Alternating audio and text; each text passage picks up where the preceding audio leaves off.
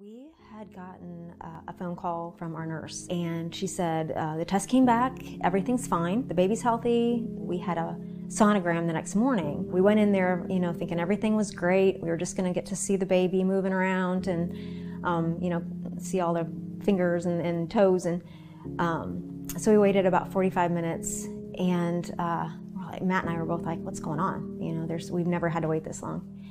So after a while, the doctor came to the door and called our name, and it was the doctor with the nurse. I'd never seen the doctor before, so we were both just like, what's going on? I remember walking back that hallway and thinking, I actually said to him, I said, you're scaring me.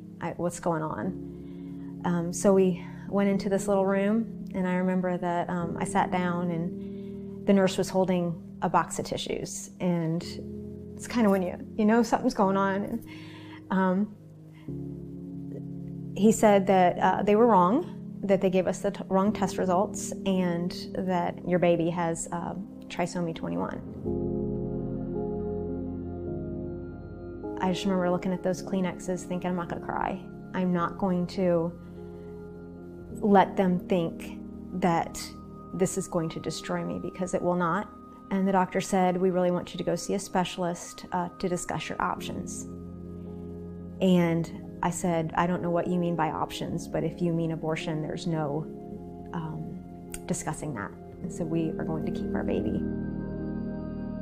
When we found out the diagnosis, I went into depression for about 6 weeks, where I just couldn't even get off the couch. I felt like my life was over. I felt like I was okay if I didn't live to see the next day. It was not healthy, obviously, and I don't know that it's necessarily normal, but that's where I was. And I ended up leaving that OB and trying to go someplace else. Since I was high risk, nobody would take me. So we ended up going to the specialist mainly because we didn't have anywhere else to go. We didn't have another doctor. The first thing he did was say, you chose not to terminate, and we want to just make sure that you don't want to talk to somebody else about that. And we said, no, we've already named our child. This is Emerson. And after that, it came up again and again, to a point where we felt, I think the only way I can describe how we felt was bullied. Every time he gave us bad news, it was like he did it with glee. It was so bizarre that we would leave there dumbfounded. And I remember the last time we went, he told us that she had club feet, and he like giggled. That was it. We weren't going back. I didn't know anybody with Down syndrome. I had only been hearing the negative about Downs and what they wouldn't do and what she wouldn't accomplish. And I went through my entire pregnancy just in grief and sorrow. And I had my faith. It definitely is the only thing that kept me going. I knew that he was going to bring beauty from the ashes. I knew it. But being in that for the entire pregnancy, I was terrified to have her. I was terrified to give birth to her. I was terrified to look at her. I didn't know, what she would look like. I didn't know if I was going to be able to love her. When they brought her to me, it was about 2 o'clock in the morning, and I was holding her, and she smiled.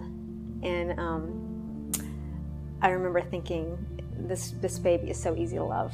She's just, I knew everything was going to be okay. And I felt like that was God's gift to me. Like, this is just beginning, and it's going to be the best journey.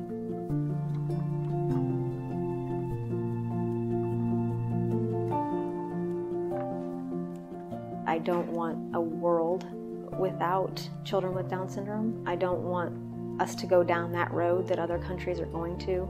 They're missing it, and that's a tragedy. You can't say to somebody that they're going to have a poor quality of life, or their child's going to have a poor quality of life, when nearly 100% of people surveyed with Down syndrome and their families say their quality of life has gotten better. They have to be truthful, and they have to bring out the positives, because there are so many more positives than negatives. The perfect doctor to me would have been, I understand that this is very difficult for you, but let me tell you what I know from other mothers who have gone through this.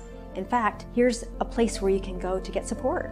That would have been wonderful. When I did get together with DSDN and all the other rockin' mamas out there, I saw what she could do. And I know she can drive if she wants to. She can go to college if she wants to. She can get married if she wants to.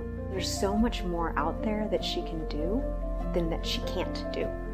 And that's really what our goal is for her, is to just continue to not meet expectations, but defy them. Just go so far past that she is an example to others. She is an inspiration to others.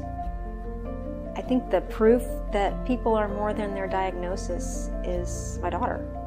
My Emerson is so much more than we were told she was going to be, more than my highest expectations, more than my greatest dreams.